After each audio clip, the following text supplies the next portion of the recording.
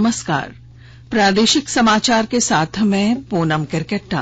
पहले मुख्य समाचार। प्रधानमंत्री नरेंद्र मोदी आज गुजरात के दौरे पर गांधीनगर के कलोल में विश्व के पहले तरल यूरिया नैनो संयंत्र का करेंगे उद्घाटन।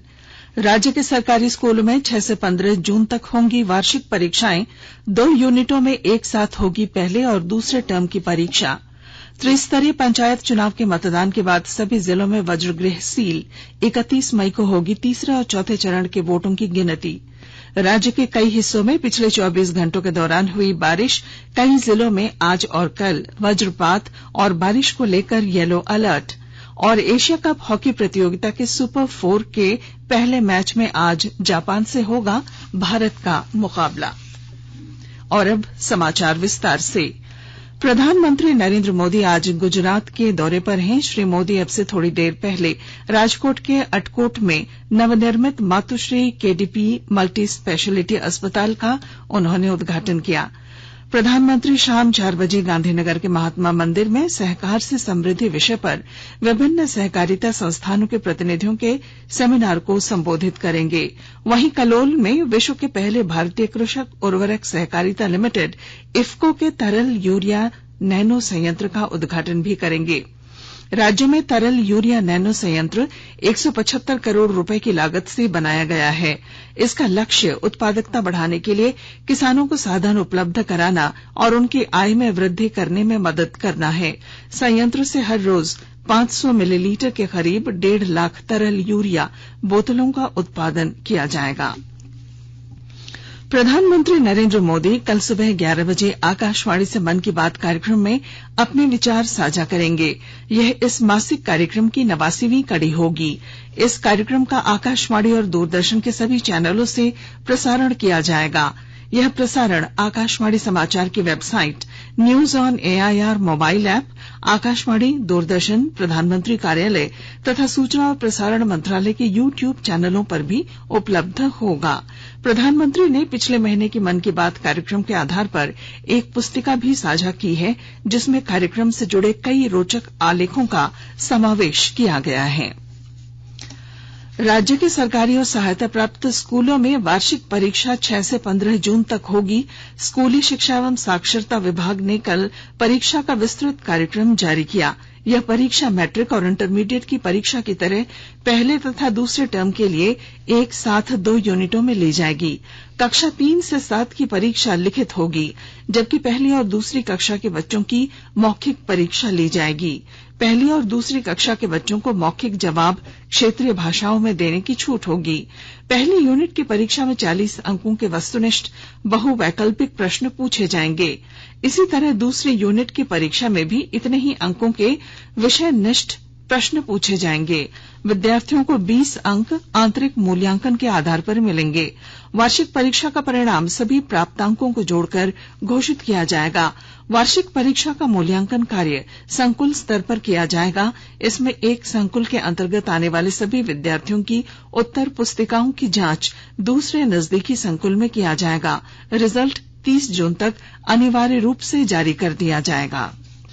त्रिस्तरीय पंचायत चुनाव 2022 के मतदान की मतपेटियों को जमा कराने के बाद कल सभी जिलों के वज्रगृहों को सील कर दिया गया है। तीसरे और चौथे चरण के लिए हुए मतदान के वोटों की गिनती 31 मई को होगी। इधर राजधानी राज्य के 5 प्रखंडों में कल मतदान शांतिपूर्वक संपन्न हुआ।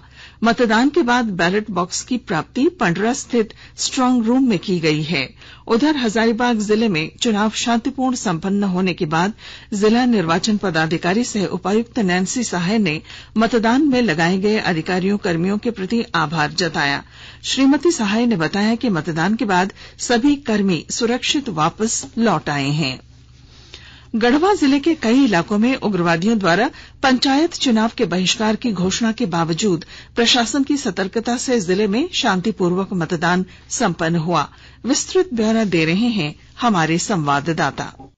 जिले में बिना कोई हिंसा के सभी चरणों का पंचायत चुनाव संपन्न कराना एक बहुत बड़ी उपलब्धि है। जिले के अति नक्सल प्रभावित क्षेत्र के रूप में जाने जाने वाले भंडरिया और बरगढ़ प्रखंड में भी 60% से अधिक मतदान हुए हैं। तीनों चरणों को मिलाकर कुल 71% मतदान हुए। इसमें प्रथम चरण में 69%, दूसरे चरण में 71% और तीसरे और अंतिम चरण में सर्वाधिक 73% मतदान हुए हैं। इस तरह जिले के कुल 9,12,313 मतदाताओं में से 6,47,742 मतदाताओं ने अपना मताधिकार का प्रयोग किया है। इस दौरान जिले के 2,448 मतदान केंद्रों में से किसी भी मतदान केंद्र पर चुनाव कार्य बाधित होने की नौबत नहीं आई। जिले के 189 पंचायतों के लिए मुखिया के 189, पंचायत समिति सदस्य के 242, जिला परिषद सदस्य के 25 और ग्राम सभा सदस्य के 2,205 पदों के लिए चुनाव हुए हैं। विनोद कुमार पाठक, आकाशवाणी समाचार, गढ़वा।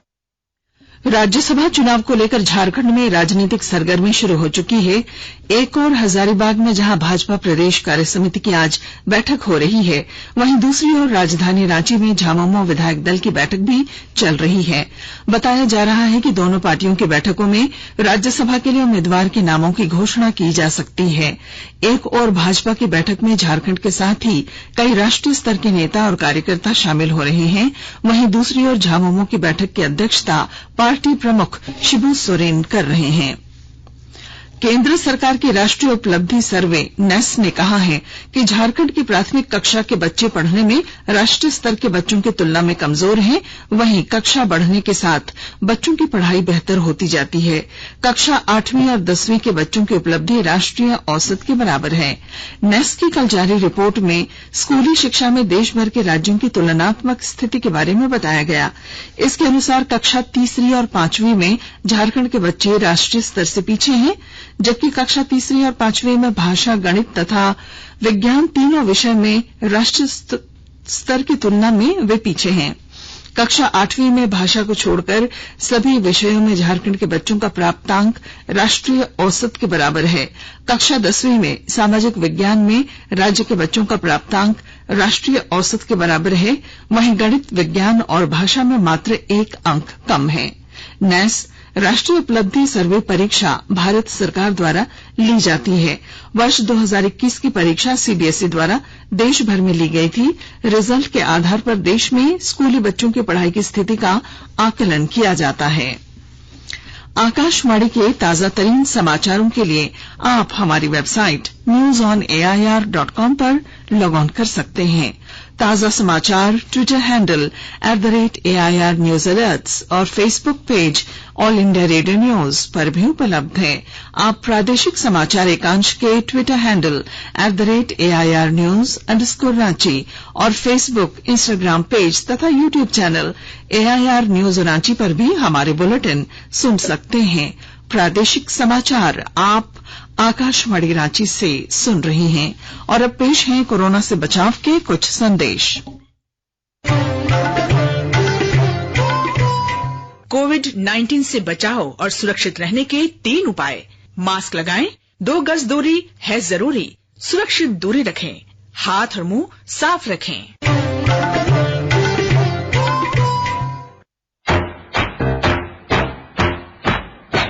चलो मिलकर एक शुरुआत करें, चलो एक फैसला आज करें। मास्क नहीं तो टोकेंगे, कोरोना को रोकेंगे। चलो एक इरादा करते हैं, चलो कुछ वादा करते हैं। मास्क नहीं तो टोकेंगे, कोरोना को रोकेंगे। भारत सरकार द्वारा जनहित में जारी। प्रादेशिक समाचार में आपका फिर स्वागत है। आकाशवाणी समाचार ने प्रतियोगी परीक्षाओं के लिए साप्ताहिक संवाद कार्यक्रम अभ्यास शुरू किया है। इसका उद्देश्य प्रतियोगी परीक्षाओं की तैयारी कर रहे विद्यार्थियों और रोजगार तलाश रहे अभ्यर्थियों की मदद करना है। यह कार्यक्रम हिंदी में प्रत्येक शनिवार रात 9:30 बजे से 10 बजे तक प्रसारित किया जाता है।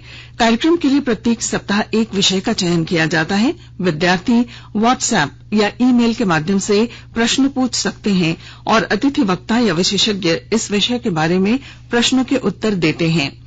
अभ्यास की 9वीं कड़ी आज प्रसारित की जाएगी। विषय है भारतीय राजनीति, केंद्र राज्य संबंध। आकाशवाणी को देश भर से कार्यक्रम के लिए प्रश्न प्राप्त हुए हैं। जवाहरलाल नेहरू विश्वविद्यालय में राजनीति शास्त्र अध्ययन केंद्र में प्रोफेसर नरेंद्र कुमार विद्यार्थियों के प्रश्नों के उत्तर देंगे।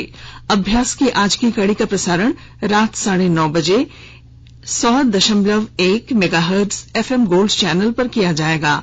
इसे ट्विटर @AIR न्यूज अलर्ट्स या AIR news official YouTube channel और न्यूज ऑन AIR ऐप पर भी सुना जा सकता है। केंद्र सरकार ने सूक्ष्म और लघु उद्यम क्लस्टर विकास कार्यक्रम के लिए नए दिशा निर्देशों की अनुमति दे दी है। इन दिशा निर्देशों को 15वें वित्त आयोग की समय अवधि में कार्यान्वित किया जाएगा।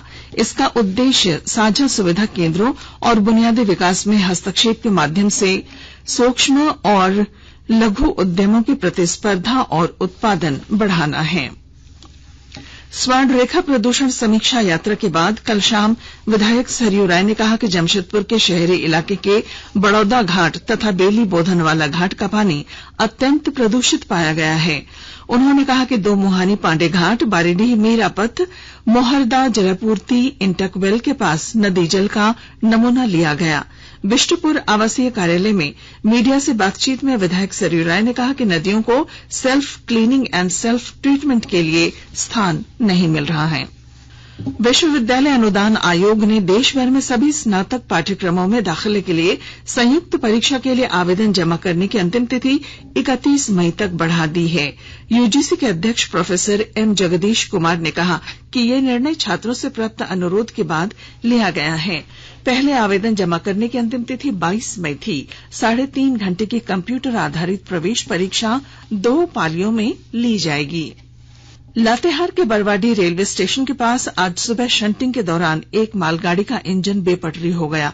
इंजन को पटरी पर लाने के लिए राहत कार्य शुरू किया गया है। इस घटना से ट्रेनों के परिचालन पर कोई असर नहीं पड़ा है। वीर सावरकर महान राष्ट्रवादी और स्वतंत्रता सेनानी विनायक दामोदर सावरकर की आज जयंती है। इस अवसर पर प्रधानमंत्री नरेंद्र मोदी ने महान क्रांतिकारी नेता और समाज सुधारक को श्रद्धांजलि अर्पित की। गृह मंत्री अमित शाह ने भी उन्हें श्रद्धांजलि दी। एक ट्वीट में श्री शाह ने कहा कि सावरकर त्याग और तप के प्रतीक थे। गृह मंत्री ने कहा कि स्वतंत्रता आंदोलन में वीर सावरकर के अतुलनीय योगदान और समाज से छुआछूत की सामाजिक बुराई को दूर करने के उनके प्रयासों को कभी भुलाया नहीं जा सकता। मौसम। दक्षिणी पश्चिमी अरब सागर के मानसून का असर दिखाई दे रहा है। पिछले 24 घंटों के दौरान राजधानी रांची सहित कई जिलों में बारिश हुई। रांची में आज सुबह भी बादल छाए रहे और हल्की बारिश भी हुई। इससे पहले कल रांची में दिन भर धूप रही, लेकिन शाम होते ही बारिश ने मौसम सुहाना कर दिया। मौसम विज्ञान केंद्र ने बताया है कि दक्षिणी अरब सागर और लक्षद्वीप के सभी हिस्सों में तीव्र मानसून का क्षेत्र बनने से इसका असर देश के तटीय राज्यों के साथ साथ बिहार, झारखंड, बंगाल और ओडिशा में दिखने लगा है। रिपोर्ट के मुताबिक इसका असर अगले 2 से 3 दिनों में अधिक देखने को मिलेगा। आज भी राज्य के पूर्वी क्षेत्र देवघर, दुमका, जामताड़ा, धनबाद, गोड्डा, पाकुड़ और साहिबगंज तथा निकटवर्ती मध्य भाग रांची, रामगढ़, हजारीबाग, बोकारो, गुमला और खूंटी में कहीं कहीं हल्की से मध्यम दर्जे की बारिश की संभावना है। हॉकी। एशिया कप हॉकी प्रतियोगिता के सुपर 4 के पहले मैच में आज भारत का मुकाबला जापान से होगा। यह मैच इंडोनेशिया की राजधानी जकार्ता में भारतीय समय के अनुसार शाम 5 बजे शुरू होगी। मैच भारत ने मेजबान इंडोनेशिया को 16 गोल से पराजित कर सुपर 4 में प्रवेश किया। जापान ने पाकिस्तान को 3-2 से हराया और सुपर 4 में जगह बनाई। इस जीत के साथ ही मलेशिया और दक्षिण कोरिया के साथ जापान अगले वर्ष के पुरुष हॉकी विश्व कप में पहुंचने वाला तीसरा देश बन गया है। और अब अंत में मुख्य समाचार एक बार फिर। प्रधानमंत्री नरेंद्र मोदी आज गुजरात के दौरे पर गांधीनगर के कलोल में विश्व के पहले तरल यूरिया नैनो संयंत्र का करेंगे उद्घाटन। राज्य के सरकारी स्कूलों में 6 से 15 जून तक होंगी वार्षिक परीक्षाएं। 2 यूनिटों में एक साथ होगी पहले और दूसरे टर्म की परीक्षा। त्रिस्तरीय पंचायत चुनाव के मतदान के बाद सभी जिलों के वाजिब सील 31 मई को होगी तीसरे और चौथे चरण की वोटों की गिनती। राज्य के कई हिस्सों में पिछले 24 घंटों के दौरान हुई बारिश। कई जिलों में आज और कल वज्रपात और बारिश को लेकर येलो अलर्ट। और एशिया कप हॉकी प्रतियोगिता के सुपर 4 के पहले मैच में आज जापान से होगा भारत का मुकाबला। और इसके साथ ही आकाशवाणी रांची से प्रादेशिक समाचार का ये बुलेटिन समाप्त हुआ। नमस्कार।